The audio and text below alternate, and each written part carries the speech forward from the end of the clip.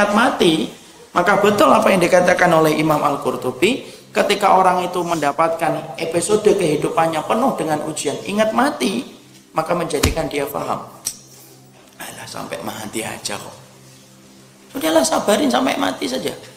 Dapetin orang tidak suka sama kita, sudahlah sampai mati sudah selesai. Ketika kita mendapatkan berbagai macam hal penyakit yang tidak pernah kita duga, sudah katakan sama penyakit itu adalah sampai mati saja. Dan itu merupakan perkara menjadi penawar. Dia jadi obat dari getirnya ketika kita melewati masa-masa ujian yang berat. Memang ujian itu berat? Iya, memang ujian itu berat. Dan kita sudah sering menyampaikan, siapa orang yang paling berat ujiannya dalam hidup? Rasul. Sampai sakitnya aja 2 kali sakitnya kita kok. Sakratul mautnya Nabi 2 kali, sakratul mautnya orang biasa. Padahal Rasul itu adalah orang yang paling berat hidupnya itu dibuat tentrem sama Allah, dibuat bahagia, dibuat nyaman. Tapi Nabi ternyata dibuat episode kehidupannya penuh dengan ujian. Dan disitulah kita paham kematian itu menjadikan kita mampu istirahat dari semua hal yang kita kerjakan. Makanya yang pertama di sini disebutkan orang yang mengingat mati hikmahnya. Dibuka halaman ke-22. Orang yang mengingat mati, maka sesungguhnya dia itu akan mendatangkan hikmah yang banyak. Manusia itu tidak terlepas dari 2 keadaan, sempit ataupun lapang. Jika dia sempit, maka dia ketika mengingat mati menjadikan terasa ringan. Kalau dia sedang lapang, maka kemudian itu akan mencegahnya dari sifat sombong dan keterperdayaan dari hal-hal yang sifatnya itu sering memperdaya. Itu yang pertama yang disebutkan oleh Imam Al-Qurtubi. Jadi seberat apapun ujian kita, maka sesungguhnya Allah tidak pernah perintahkan kita taat selama-lamanya. Allah hanya perintahkan kita taat sampai kita meninggal dunia. Allah tidak pernah perintahkan sabar selama-lamanya, tapi Allah hanya perintahkan kita sabar hanya sampai kita meninggal dunia dan tidak pernah lebih daripada itu. Dan seberat apapun kita ini, kalau hari ini sedang menata iman kita kepada Allah, mati, maka sesungguhnya kita akan merasakan semua kenikmatan ketika ikhlas menjalani apa yang ditakdirkan oleh Allah dalam kehidupan. Yang pertama. Yang kedua, mari kita buka. Yang kedua, kita akan mengambil apa yang disampaikan oleh Ali Ad-Daqqaq. Dibuka halaman yang ke-24.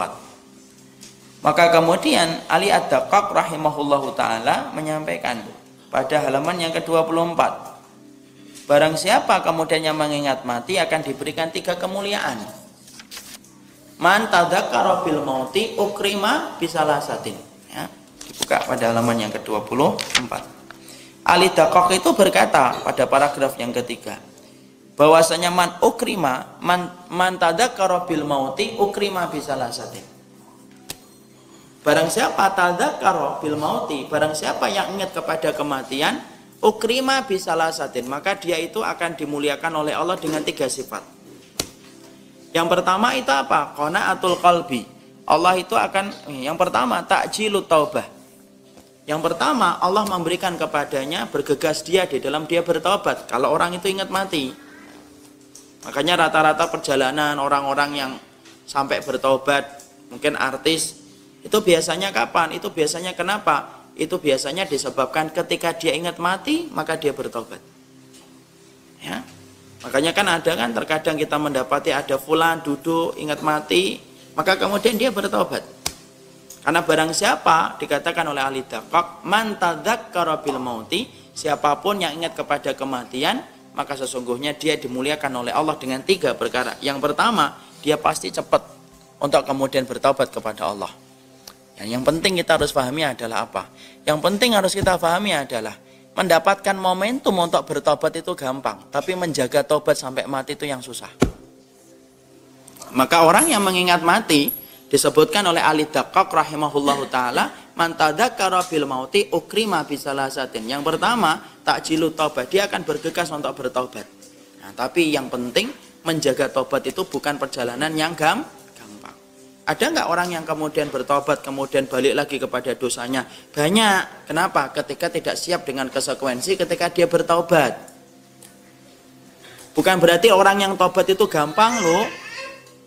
Orang yang bertobat itu kenapa kok ujiannya jadi banyak setelah bertobat? Loh iya, kalau Allah tidak mengujinya Allah kemudian Kalau Allah tidak mengujinya, orang itu nggak akan ketahuan apakah orang ini jujur dalam taubatnya atau enggak. Makanya banyak orang yang diuji itu akhirnya apa? Banyak ujiannya. Kadang-kadang kita sering tertipu, salah ketika memahami satu hadis yang disampaikan dalam riwayat Abu Dawud. Man taraka syai'an lillahi awadahullahu khairan minha. Barang siapa yang meninggalkan sesuatu karena Allah, pasti diganti oleh Allah dengan yang lebih baik. Tapi kita mengartikan itu apa? Oh, pasti mudah. Lu belum tentu. Belum tentu. Karena kata-kata disebutkan oleh Nabi itu apa? Khairan. Khairan itu banyak. Salah satunya ketika kamu sabar, itu namanya khairan. Ya. Karena banyak orang yang mereka diuji itu ketika bertobat diuji. Asalnya ngerokok, tidak pernah batuk. Ninggalin rokok, batuk-batuk terus tiap hari. Padahal ketika masih ngerokok, mau batuk, ngerokok, hilang batuknya. Tuh kan? Ada orang yang kemudian ketika belum ngerokok, ketika masih ngerokok, lari itu 10 kilo itu kuat. Tapi ketika sudah berhenti ngerokok, lah 2 kilo tidak kuat nafasnya. Jadi pernah itu bapak saya, ada kisah nyata, bapak saya cerita itu. Saya itu lomba lari, ada orang itu, yang kemudian saya sudah dahului, dia ada di belakang. Kemudian tiba-tiba saya merasa dia sudah di belakang, tiba-tiba nyalip saya cepat banget. Bapak saya tuh sampai heran, kok kamu tadi tiba-tiba bisa kuat lari? Iya, Ruk, nama bapak saya Faruk. Tadi saya ketika kehabisan nafas kemudian saya ngerokok, itu kuat langsung. Oke saya, itu termasuk di antara ujian orang yang bertobat tuh kayak gitu. Orang yang berzina ketika berzina kadang-kadang tenang, enak. Coba ketika berhenti untuk berzina, Masya Allah, dia kemudian apa? Mungkin dia bingung, mungkin kemudian melampiaskan nafsunya. Allah nguji kepada orang yang bertobat. Beberapa waktu yang lalu di daerah Rawamangun ada seorang ikhwan yang tanya, Ustadz saya udah ninggalin yang haram, tapi ujiannya banyak, boleh nggak saya nerima pekerjaan itu kembali? Coba. Tergiur kembali, kenapa? Allah ngujinya itu banyak. Allah itu ngujinya banyak dan Allah menguji itu, maka sesungguhnya kemudian ketika diuji dengan ujian yang banyak, maka akhirnya yang menjadikan mereka itu kadang-kadang akhirnya tidak siap untuk bertaubat ketika tidak siap dengan konsekuensinya. Tapi yang jelas di situ kita mendapati bahwasanya orang yang kemudian banyak mengingat mati, Allah akan muliakan orang yang banyak mengingat mati. Yang pertama, Allah akan menyegerakan dia di dalam bertaubat. Makanya kalau orang jarang bertaubat, biasanya kemudian ketika dia jarang memikirkan kematian. Yang kedua, wa qana'atul qalbi. Allah akan memberikan qanaah kalau dia ingin mati kan. Dia mendapatkan 100.000 qanaah, lah hidup saya itu berapa lama sih? Udahlah 100.000 saya cukup insya Allah. Itu orang yang ingat mati. 1 juta ini kamu dapatnya, tidak ada apa-apalah. Udah cukup insya Allah.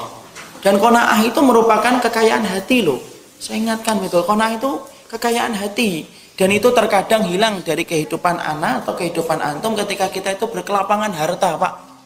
Kadang-kadang saking banyaknya harta di kantong kita ini, banyaknya uang merah ini atau banyaknya uang biru, itu kadang-kadang sampai kita itu hilang rasa qanaah dan rasa sensitifnya terhadap rezeki loh.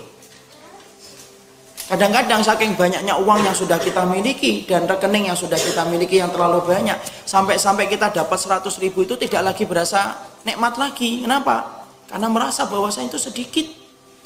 Kemudian yang ketiga, yaitu nasyatun fil ibadah. Nasyatun fil ibadah itu apa? Yaitu adalah dia giat beribadah kalau dia ingat mati. Makanya Bapak kalau kemudian sudah di depan Ka'bah, kan ingat mati, kita kemudian merasa giat dalam ibadah. Disitulah kita paham. Orang yang paling khusyuk ketika beribadah itu salah satunya diterangkan para salaf. Orang yang sedang ribat di tanah-tanah perbatasan, itu yang paling khusyuk.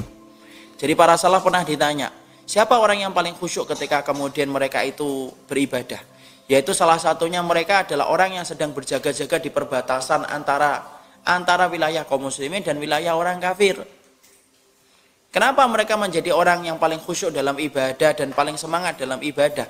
Karena sesungguhnya dia ngerti batasan antara hidup dan mati sangatlah tipis ketika berada di tempat-tempat ribat. Ya, makanya Masya Allah kan, orang-orang yang sedang berjihad di tanah Suriah hari ini, di Syam itu pada dasarnya mereka itu kalau kemudian mereka itu sholat, mereka itu ibadah khusyuk, Pak. Kenapa jadi khusyuk? Karena mereka tahu bisa jadi itu sholat yang terakhir. Kalau di Suriah itu, di ikhwan-ikhwan sana, wajar itu kita mendapati cerita, subuh masih sholat bersama mereka, duhur sudah tidak ada. Duhur masih sama mereka, asar sudah tidak ada. Itu lumrah di sana. Wajar di sana. Saking apa? Saking dekatnya batasan antara hidup dengan mati. Makanya rata-rata kalau mereka itu sudah sholat khusyuk Pak. Kenapa mereka khusyuk semacam itu? Karena mereka tahu bisa jadi itu sholat yang terakhir. Coba kalau kemudian kita ingat kematian, khusyuk atau tidak kematian itu? Khusyuk atau enggak ketika kita sholat? Khusyuk. Makanya Ali Daqqaq sampai mengatakan man tadzakkara bil mauti, orang yang ingat kematian maka Allah muliakan 3. Akan cepat dia bertaubat, Allah berikan kepadanya qanaah, dan yang ketiga Allah berikan kepadanya semangat dalam ibadah. Ya, jadi inilah yang menjadikan akhirnya kita ngerti hikmah yang kedua. Hikmah yang kedua ketika diri kita beribadah kepada Allah, hikmah yang ketiga ketika beribadah. Ketika kita ingat kematian, Allah memberikan 3 keutamaan itu yang Allah tidak berikan kepada setiap orang. Jadi ketika kita sedang kecewa tentang urusan dunia, tiba-tiba kemudian dapat musibah, rumah kita kebakar, motor kita hilang, sudah ingat mati. Itu salah satu di antara perkara yang bisa menetralkan hati kita. Ya sudahlah, toh itu juga nggak dibawa sampai saya meninggal kok. Dan itu termasuk di antara keutamaan yang Allah berikan kepada orang yang ingat kepada